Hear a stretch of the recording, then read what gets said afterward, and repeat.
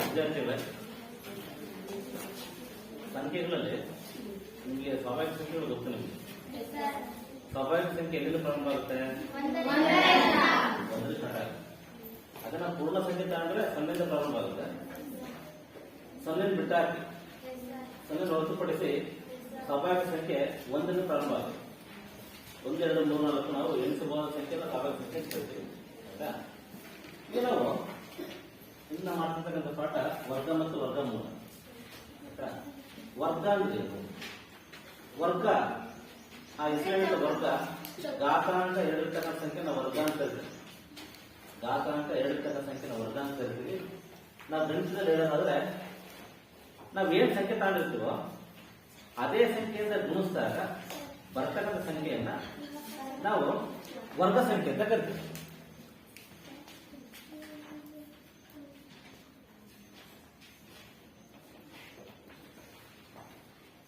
ನಾವೇನ್ ಸಂಖ್ಯೆ ತಗೊಂಡಿರ್ತೀವಲ್ಲ ಆ ಸಂಖ್ಯೆ ಅದೇ ಸಂಖ್ಯೆಯಿಂದ ನಾವು ಗುಣಿಸಿದಾಗ ಬರ್ತಕ್ಕಂಥ ಸಂಖ್ಯೆಯನ್ನ ನಾವು ವರ್ಗ ಸಂಖ್ಯೆ ಅಂತ.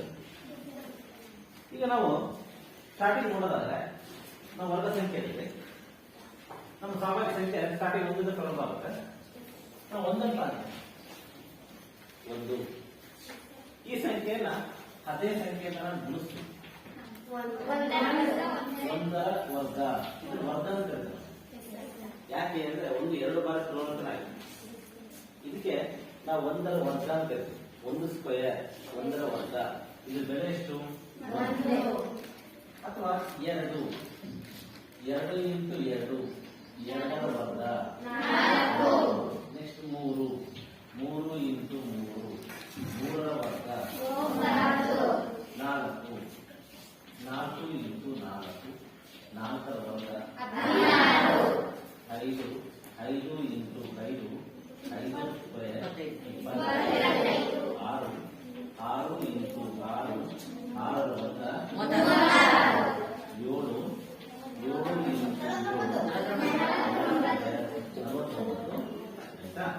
8 8 ಇಂಟು 8 64. 9 9 ಇಂಟು 9 81. 10 10 ಇಂಟು 10 100. ನಾನೀಗ ಸಂಖ್ಯೆ ಹಾಕೊಂಡಿದ್ದೀನಿ. 1ರಿಂದ 10 1ರಿಂದ 10ರ ಸಂಖ್ಯೆಯನ್ನ ನಾನೇನ್ ಮಾಡಿದ್ರೆ ಅದೇ ಸಂಖ್ಯೆಯಿಂದ ಗುಣಿಸಿದ್ವಿ. ಅದೇ ಸಂಖ್ಯೆಯಿಂದ ಗುಣಿಸಿದ್ವಿ 2 ಬಾರಿ. ಆಯ್ತಾ? 2 ಬಾರಿ ಗುಣಿಸಿದಾಗ ಅದು ಘಾತಾಂಕ ಎಷ್ಟಾಯ್ತು? 2 ಆಯ್ತು. ನಾವಿದನ್ನ ವರ್ಗ ಘಾತಾಂಕ ಘಾತ ಸೂಚಿ 2 ನಾವು ವರ್ಗ ಸಂಖ್ಯೆ ಅಂತ ಕರಿತೀವಿ. ಘಾತಾಂಕ 3 ಘನ ಸಂಖ್ಯೆ ಅಂತ ಕರಿತೀವಿ.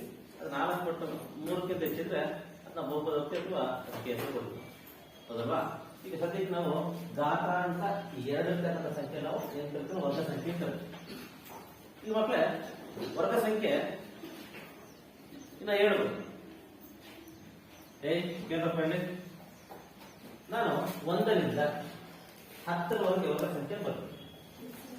ಹಾಗೆ ಒಂದು ಸಂಖ್ಯೆ ಬರ್ತಂತ 11ರ ವರ್ಗ 121, 12ರ ವರ್ಗ 114, 13ರ ವರ್ಗ 129, 14ರ ವರ್ಗ 196, 15ರ ವರ್ಗ 225, 16ರ ವರ್ಗ 256, 17ರ ವರ್ಗ 289, ಆಯ್ತಾ? 18ರ ವರ್ಗ 324,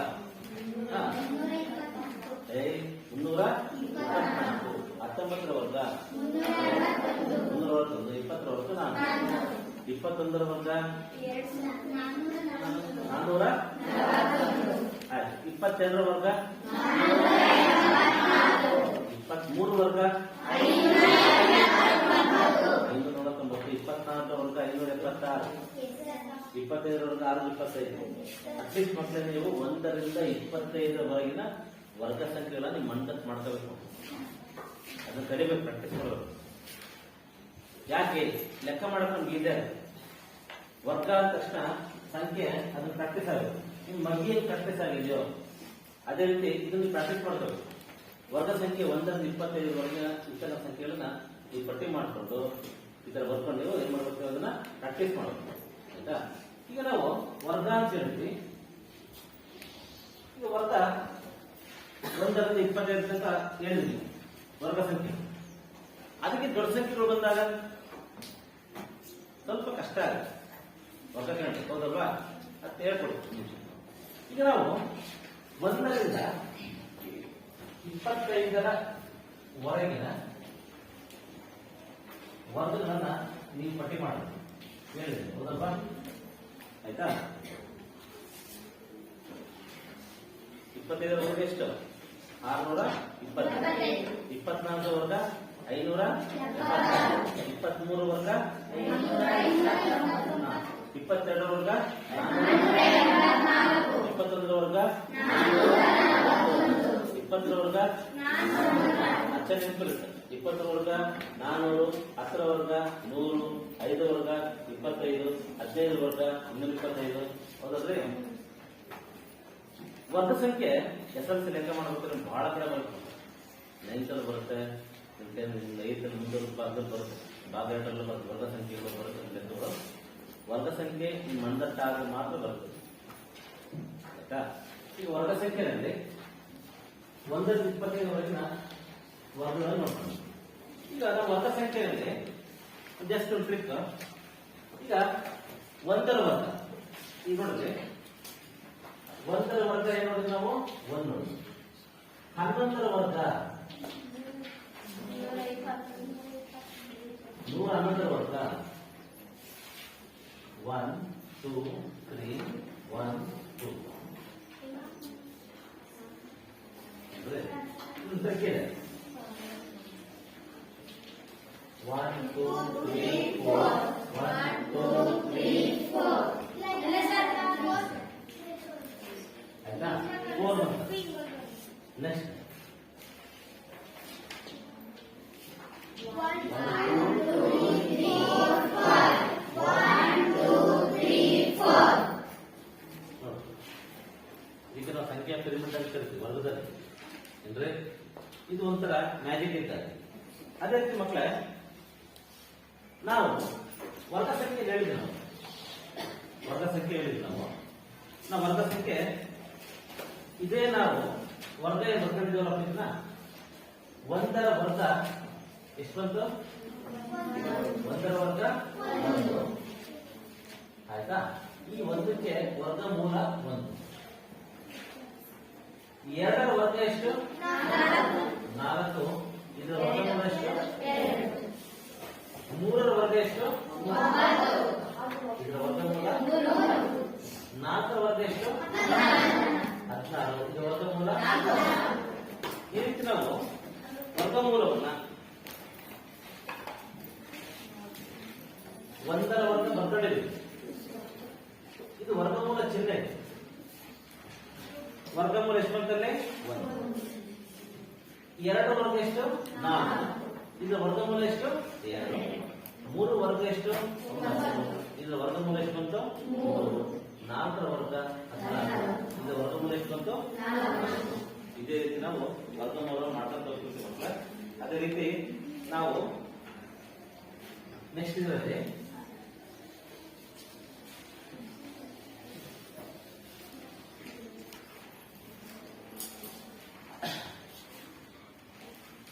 ವರ್ಗ ಸಂಖ್ಯೆ ಏನಿದೆ ಮಕ್ಕಳ? ಇಲ್ಲಿ ನೋಡಿ, 1 4 9 16 25 36 49 64 ಈ ತರ ಬಂತು, ಹೌದಲ್ವಾ? ಜಸ್ಟ್ 1 ಆದ್ಮೇಲೆ 4 ಬಂತು. ಇದಾದ್ಮೇಲೆ ಎಷ್ಟು ಬಂತು? 9. ಇದಾದ್ಮೇಲೆ ಎಷ್ಟು ಬಂತು? 16. ಇದಾದ್ಮೇಲೆ ಎಷ್ಟು ಬಂತು? 25. ಈಗ 1 ಯಾವ್ದರ ವರ್ಗ?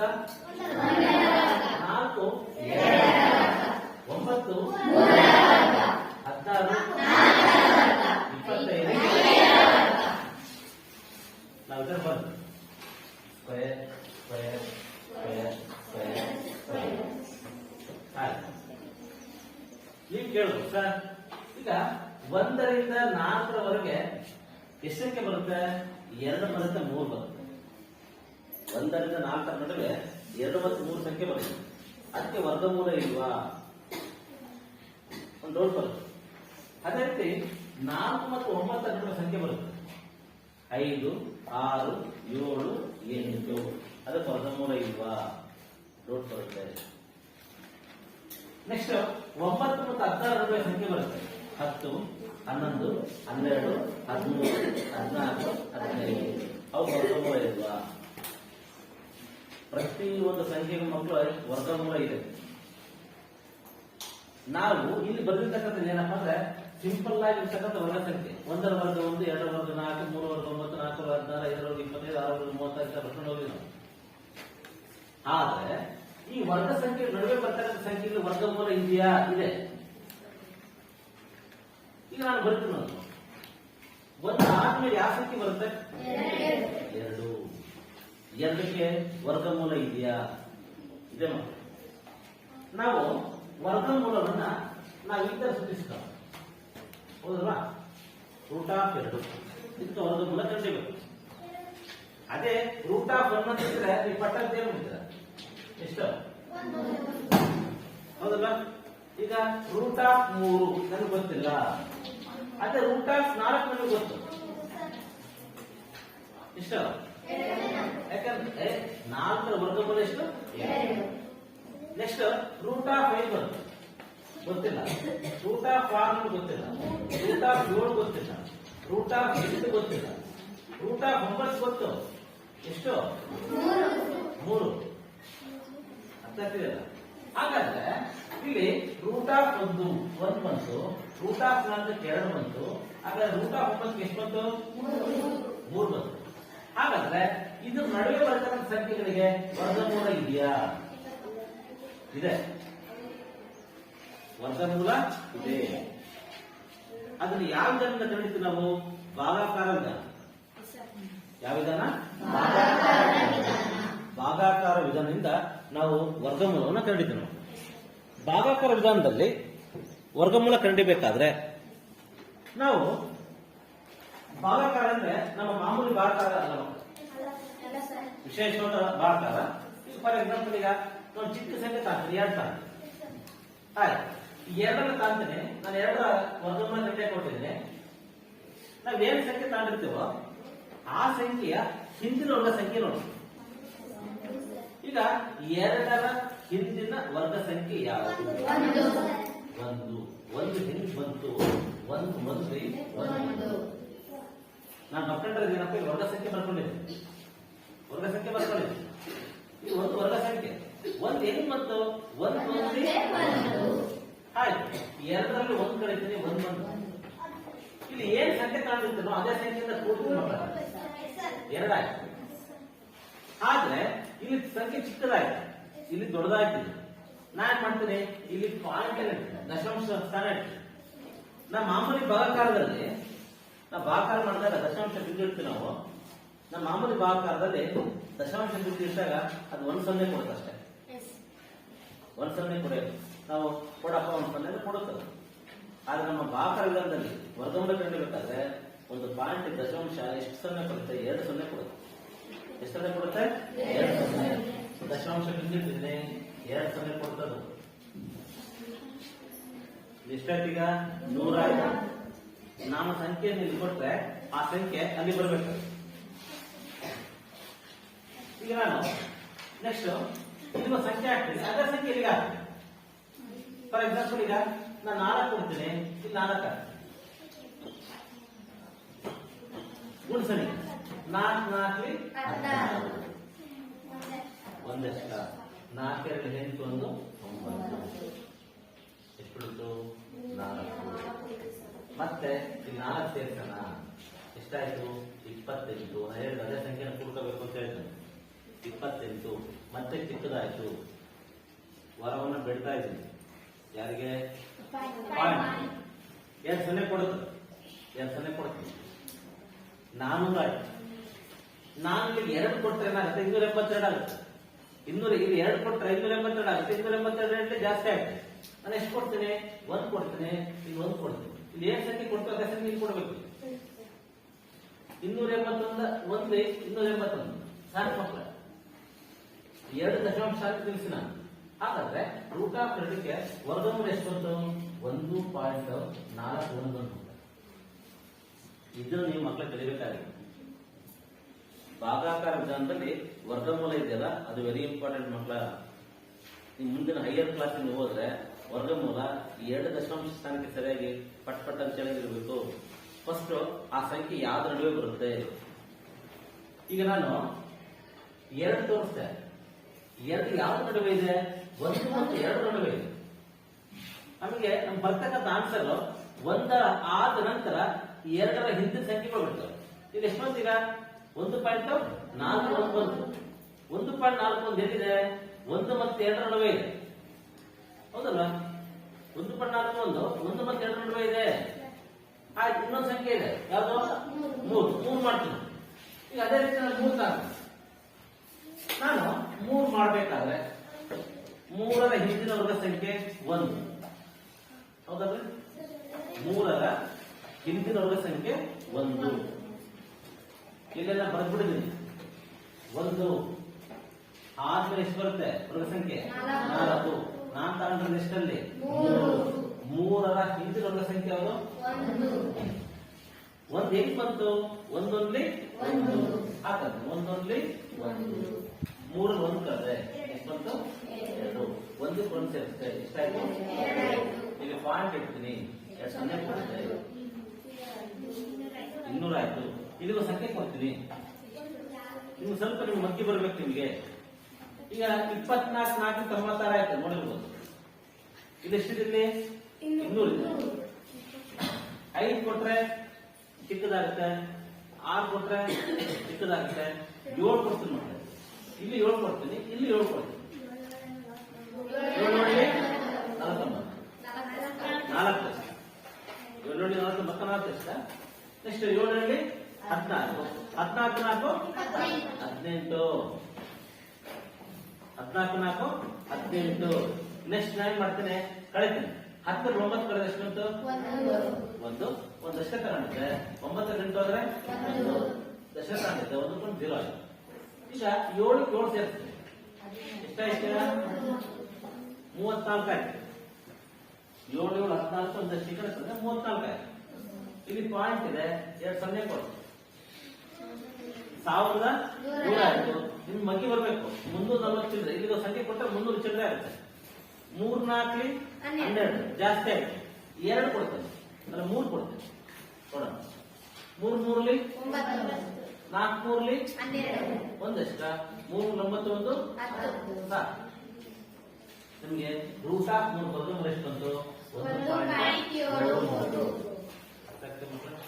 ನೋಡ್ರಿ, ಈ 1.41 ಮತ್ತು 1.73 ಯಾವ್ದು ನಡುವೆ ಇದೆ, 1 ಮತ್ತು 2. ನೆಕ್ಸ್ಟ್ ನಾವು ರೂಟ್ ಆಫ್ 4 ಎಷ್ಟು ಬಂತು, ವರ್ಗಮೂಲ 2 ಬಂತು. ಅದೇ ರೀತಿ ರೂಟ್ ಆಫ್ 9 ಎಷ್ಟು ಬಂತು, 3. ಅದ್ರ ಮತ್ತೆ ಸಂಖ್ಯೆ ಬರ್ತದೆ, ಯಾವುದು, 5 6 7 7. ಇಲ್ಲಿ ಬರ್ತಕ್ಕಂಥ ಆನ್ಸರ್ ಎಲ್ಲಿ ಬರುತ್ತೆ, 2ರ ನಂತರ ಬರುತ್ತೆ, 3 ಹಿಂದಿನ ಸಂಖ್ಯೆ ಬರುತ್ತೆ. ನೋಡ್ರಿ, ಬಂದು 1 ದಾಟಿದೆ. ಈಗ 1ಕ್ಕಿಂತ ಇದು ಜಾಸ್ತಿ ಇದೆ, ಇದಕ್ಕಿಂತ ಇದು ಜಾಸ್ತಿ, ಇದಕ್ಕಿಂತ ಇದು ಜಾಸ್ತಿ, ನೆಕ್ಸ್ಟ್ ಜಾಸ್ತಿ ಬರುತ್ತೆ. ಅಂದ್ರೆ 2 ಪಾಯಿಂಟ್ ಎಂತ ಬರುತ್ತೆ, 2.9 ಆ ತರ ಬರುತ್ತೆ. ನೆಕ್ಸ್ಟ್ ಯಾಕೆ ಬರ್ತಿದ್ದು, 3. ಇದು 3 ಆದ್ಮೇಲೆ ಬರುತ್ತೆ, 3 ಪಾಯಿಂಟ್ ಸಂಖ್ಯೆ ಬರುತ್ತೆ. ಎಂತ 14 ತನಕ ಬರುತ್ತೆ. 14 ಯಾವ್ದು ವರ್ಗಮೂಲ, 4. ಈಗ ಯಾರಾದ್ರೂ ಬೋರ್ಡ್ ಮೇಲೆ ರೂಟ್ ಆಫ್ 5 ಮಾಡ್ತಾರೆ ಮಕ್ಕಳ, ನಾನು ಹೇಳ್ಕೊಡ್ತೀನಿ. ರೂಟ್ ಆಫ್ 5 ಸೇಮ್ ಬಾಕಲ್ ರೂಟ್ ಆಫ್ 5 ಬರ್ರಿ, ಟ್ರೈ ಮಾಡಿ ಬರ್ರಿ. ರೂಟ್ ಆಫ್ 5 ನಾನು ಹೇಳ್ದ ಮಾಡಿ ಬರ್ರಿ, ಚೆಕ್ ಬರ ಚೆಕ್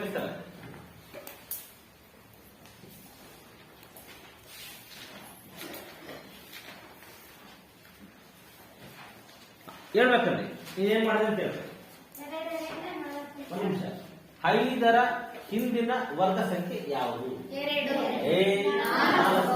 4 ಹೆಂಗ್ ಬಂತು, 4 ಹೆಂಗ್ ಬಂತು,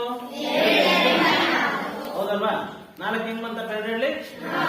ಅದಕ್ಕೆ 2 ಹೇಳಿ ಏನದ, 2 ಕಡೆ 4 ಮೇಲೆ ಹಾಕಿ ನೋಡ್ರಿ. 5 4 ಕಳೆದು ಎಷ್ಟು ಬಂತಲ್ಲಿ, 1. ಆ 2 2 ಸೇರಿಸಿ ಎಷ್ಟಾಯ್ತು, 4 ಆಯ್ತು. ಅಲ್ಲಿ 1 4ಕ್ಕಿಂತ ಚಿಕ್ಕದು, ಪಾಯಿಂಟ್ ದಶಾಂಶ ಬಿಂದು ಇಡಮ್ಮ. ಬಿಂದು ಇಟ್ಟ ತಕ್ಷಣ ನಮ್ಗೆ ಏನ್ ಕೊಡುತ್ತೆ, 2 ಎಷ್ಟಾಯ್ತು, 100 ಆಯ್ತು. ಈ ಯಾವ ಸಂಖ್ಯೆ ಕೊಡ್ತೇವೆ 4 ಪಕ್ಕ? ಈಗ ನಿಮಗೆ 4 ಪಕ್ಕ ಒಂದು ಸಂಖ್ಯೆಯನ್ನು ಕೊಟ್ಟಾಗ ಅದು 40 ಚಿಲ್ಲರೆ ಆಗುತ್ತೆ. ಹಾ, ವೆರಿ ಗುಡ್. ಒಂದು ನಿಮಿಷ. ಈಗ 1 ಕೊಟ್ರೆ 41 ಒಂದ್ಲಿ 41 ಆಗುತ್ತೆ. 2 ಕೊಟ್ರೆ 42 ಆಗುತ್ತಾನೆ. 42 2 84 ಆಗುತ್ತೆ. 3 ಕೊಟ್ರೆ 120 ಆಗ್ಬಿಡುತ್ತೆ. ಅದ್ರ ಸಂಖ್ಯೆ ಯಾವ್ದ್ರಿ? 100 ಇರೋದ್ರಲ್ಲಿ 2 ಕೊಡೋದು. 2 ಹಾಕು, ಅಲ್ಲಿ 2 ಹಾಕು. ಇದರ್ಥ ಏನ್ ಗೊತ್ತಾ? 42 ಹೇಳಿ ಹಾಕೇಳಿ 84 ಆಯ್ತು. 10 4 ಅಂದ್ರೆ 6, 26 ಬಂತು. 2 2 ಸೇರ್ಸದು. 2 2 ಸೇರ್ಸು ಎಷ್ಟಾಯ್ತು? 4 44 ಆಯ್ತು. ಪಾಯಿಂಟ್ ಇದೆ 2006 2006 ಆಯ್ತು. ಮಗ್ಗಿ ಬರ್ಬೇಕು ನಿಮಗೆ. ಇಲ್ಲಿ ನೋಡ್ರಿ, ಈಗ 400 ಈಗ 4 ಇದೆ ಅಂದ್ರೆ ನಾವು ಸಂಖ್ಯೆ ಕೊಟ್ರೆ 440 ಚಿಲ್ಲರೆ ಆಗುತ್ತೆ. ಇಲ್ಲಿ ಎಷ್ಟಿದೆ? 26. ನಿಮಗೆ ಮಗ್ಗಿ ಬರ್ಬೇಕು ಮಕ್ಕಳ. ನಾವು ಈ ಒಂದು ಸಂಖ್ಯೆಯನ್ನ ಈ 2 ಜೋಡಿ ಸಂಖ್ಯೆಗೆ ಮಾಡ್ತೀವಿ. 4 5 20, 4 6 ಹಾಕಿ ಮಾಡೋದು. 6 ಹಾಕಲ್ಲಿ ಅಲ್ಲ 6 ಹಾಕು. ಗುಡಿಸಲ್ಲಿ 6 ಹಾ 3 ದಶಕ 6 36 3 ದಶಕನ 6 4 24 24 3 27 7 ಹಾಕ 2 ದಶಕ 6 4 24 2 26 ಬರೀ ಹಾ ಒಂದು ನಿಮಿಷ. ಆದ್ರೆ ಮಕ್ಕಳೇ ಜಾಸ್ತಿ ಆಯ್ತು. ಇಲ್ಲಿ ಎಷ್ಟಿದೆ? 2600. ಇಲ್ಲಿ ಎಷ್ಟಿದೆ? ಆಗ ಏನಾಗ್ತದೆ ನೆಕ್ಸ್ಟ್? ಈಗ ಇದನ್ನ ಅಳಿಸಿ ಯಾವ್ದನ್ನ ಅಂತೀರಿ? ಈಗ 5 ತಗೋಬೇಕೀಗ. ಸ್ವಲ್ಪ ಬೇಡ ಬಂತೀಗ 5 ಗುಣಿಸಿ ಕಂಡು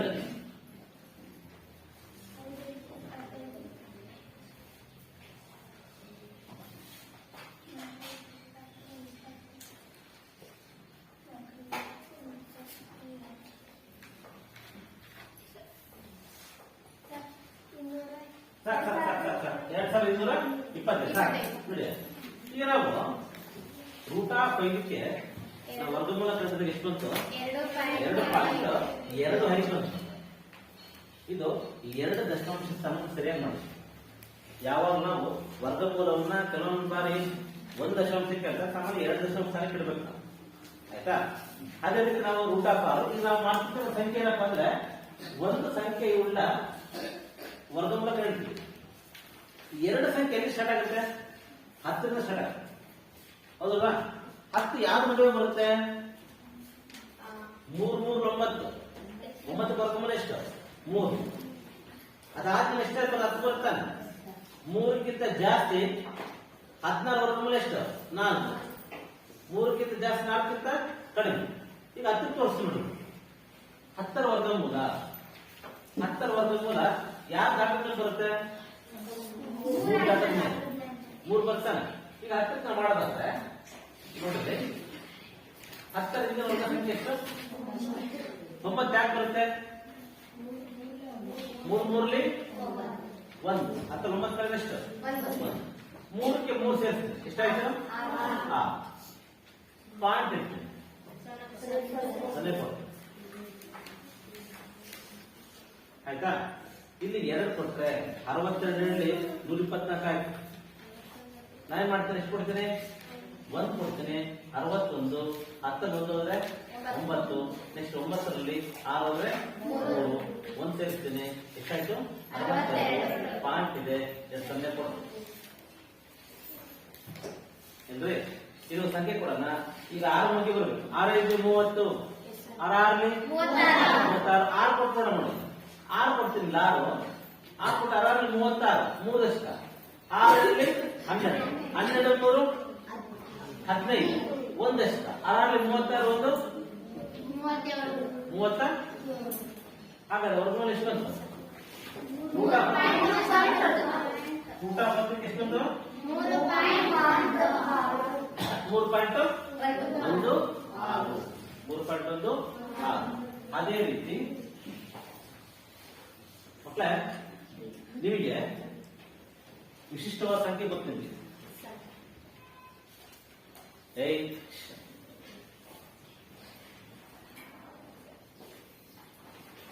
ಈಗ ನಾವು ರೂಟ್ ಆಫ್ 10 ಕಂಡಿದ್ವಿ. Next root of 11, root of 12, root of 13, root of 14, root of 15, root of 14 ಎಷ್ಟು 40. ಹೌದಲ್ವಾ? ಈಗ ನೆಕ್ಸ್ಟ್ ಯಾರಾದ್ರೂ ರೂಟ್ ಆಫ್ 12 ಮಾಡ್ತೀರಾ? ರೂಟ್ ಆಫ್ 12 ವರ್ಗಮೂಲ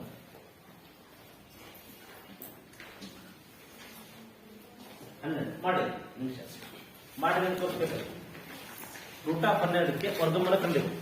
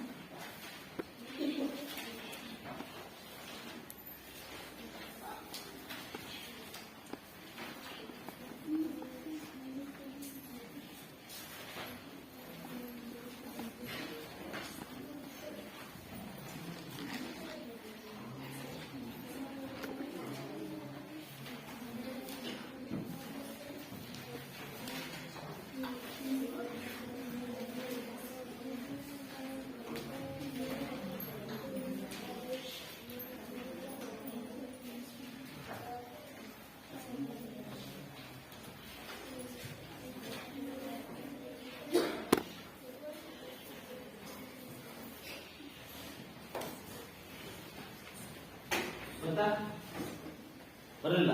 ಎಲ್ಲಿ ಬಂದಿತ್ತು? ಬಾ ಮಾಡ್ಬೇಕು. ತೋರಿಸಿ ಬರೋಣ. ಬಾ 12 ಬಾ ಚೆಕ್ ಪುಸ್ತಕ 12ರ ಹಿಂದಿನ ವರ್ಗ ಸಂಖ್ಯೆ ಬರ್ತದೆ. 12ರ ಹಿಂದಿನ ವರ್ಗ ಸಂಖ್ಯೆ ಹೇಳ್ಬೇಕು. 3 3 9. 12 9 ಕಳೆದ ಎಷ್ಟು? ಬರೀ 3. ನೀವು ಹಾಕ್ಬೇಕಾದ್ರೆ ಲೈನ್ 2 ಕಡೆ ಹಾಕ್ಬಿಟ್ಟಿದೆ. ಹೌದಲ್ವಾ? ಈಗ 3ಕ್ಕೆ 3 ಸೇರಿಸಿ ಎಷ್ಟಾಯ್ತು? 6 ಆಯ್ತು. ದಶಾಂಶ ಬಿಂದು ಇಡ್ತೀವಿ. 2 ಬಂತು. ಈಗ 6 5 30. 5 ಕೊಡಬಾರ್ದು. ಹಿಂದಿ ಸಂಖ್ಯೆ ಕೊಡು. 4 ಕೊಡು. 4 ಅಲ್ಲೂ 4 ಕೊಡು. ಹಾ ಗುಣಿಸಲಿ. 64 4 ಗುಣಿಸಲಿ. ಹಾ ಹೇಗೆ? 4 4 ಬರೀ ಅಂತ ಬರೀ. ಹಾ ದಶಕ 1. ನೆಕ್ಸ್ಟ್ 6 4 24 1 ಬರೀ 25 ಬರೀ 25 ಬರ್ಬಿಡು. ಹಾ ಕಡಿಬೇಕಾದ್ರೆ ನೀವು ಕಡಿಬೇಕಾದ್ರೆ ಈ ತರ ಹಾಕಬೇಕು. 10 6 ಎಷ್ಟು? ಒಂದು ದಶಕ ಮಾಡಿದ್ವಿ. 2 0 ಆಯ್ತು. ಇಲ್ಲಿ ಏನ್ ಮಾಡೋಣ? 4 ಸೇರ್ಸೋಣ. 68 ಪಾಯಿಂಟ್ ಇದೆ. 2 0. 44 6 6 ಮತ್ತು 44 6 ಮಗ್ಗಿ ಬರಬೇಕು. 6 36 6 42 7 ಜಾಸ್ತಿ ಆಗುತ್ತೆ. 6 ಅಲ್ಲಿ 6 ಕೊಡು. ಅಲ್ಲಿ 6 ಗುಣಿಸಲು 6 6 36 3 ಲಕ್ಷ. 8 48 3 51 5 ಎಷ್ಟು? 6 36 36 5 40. ಇಷ್ಟೊಂದು ರೂಟ್ ಆಫ್ 12ಕ್ಕೆ ವರ್ಗಮೂಲ 3.4 ಆಯ್ತಾ ಮಕ್ಕಳೇ? ಈ ರೀತಿ ಕೆಲವೊಂದು ಟೈಮ್ ನಿಮ್ಗೆ ಚಿಕ್ಕ ಮಕ್ಕಳು ನೀವು 1 ದಶಮಾಂಶ ಸ್ಥಾನಕ್ಕೆ ಮಾಡಿದ್ರೆ ಸಂಧಿಯುತ್ತೆ. ಅಕಸ್ಮಾತ್ ಈಗ ಇಲ್ಲಿ ನೋಡಿರಿ ವರ್ಗಮೂಲ ಇದೆಯಲ್ಲಪ್ಪ. ಈಗ 2.9 ಅಪ್ರಾಕ್ಸಿಮೇಟ್ ಈ ತರ ಇದ್ದಾಗ ನಾವು ಏನ್ ಮಾಡ್ಬಿಡ್ತೀವಿ? 2.9 ಯಾವ್ದು ಹತ್ರ ಇದೆ? 3 ಹತ್ರ ಇದೆ. ಅಪ್ರಾಕ್ಸಿಮೇಟ್ಲಿ ಈಕ್ವಲ್ ಟು ಎಷ್ಟು ಇಟ್ಬಿಡ್ತೀವಿ ನಾವು? ಸರಿ ಆನ್ಸರ್ 2.9 ಬಂದು ತಿಳ್ಕೊಳ್ಳೋಣ. ಅಪ್ರಾಕ್ಸಿಮೇಟ್ ಎಷ್ಟು ಇರ್ತೀವಿ ನಾವು? 3 ಇರ್ತೀವಿ. ಇಲ್ಲಿ 2 ದಶಾಂಶ ಸ್ಥಾನಕ್ಕೆ ಫ್ರೆಂಡ್. ಅದೇ ರೀತಿ ನೀವು ಪ್ರಾಕ್ಟೀಸ್ ಮಾಡಕ್ ಮಕ್ಕಳ ಇದು ಬಹಳ ಇಂಪಾರ್ಟೆಂಟ್ ಇದು. 2 ದಶಾಂಶ ಸ್ಥಾನಕ್ಕೆ ಸರಿಯಾಗಿ ನಾವು ವರ್ಗಮೂಲ ಕಂಡಿದ್ದೀವಿ ಮಾಡ್ತೀರಲ್ವಾ? ಆಯ್ತಾ? 1 ಸಂಖ್ಯೆ 2 ಸಂಖ್ಯೆ 3 ಅಂಕಿದು ಹೌದಲ್ವಾ? ಇದು ಬಹಳ ಇಂಪಾರ್ಟೆಂಟ್.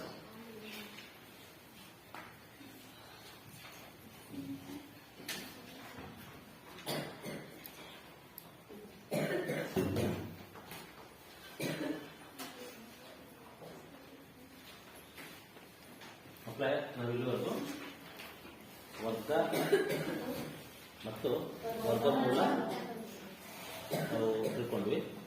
ಭಾಗಾಕಾರ ವಿಧಾನದಲ್ಲಿ ವರ್ಗಮೂಲವನ್ನು ಯಾವ ರೀತಿ ಮಾಡೋದು, 1 ಅಂಕೆ ಸಂಖ್ಯೆ ವರ್ಗಮೂಲ ಹೆಂಗೆ ಕಂಡಿದ್ದು, 2 ಅಂಕೆ ಸಂಖ್ಯೆ ವರ್ಗಮೂಲವನ್ನು ಯಾವ ರೀತಿ ಕಂಡಿದ್ದನ್ನ ಹಿಂದಿನ ತರಗತಿ ನಾವು ತಿಳ್ಕೊಂಡ್ವಿ. ಅರ್ಥ ಆಯ್ತಲ್ಲ ನಿಮಗೆ?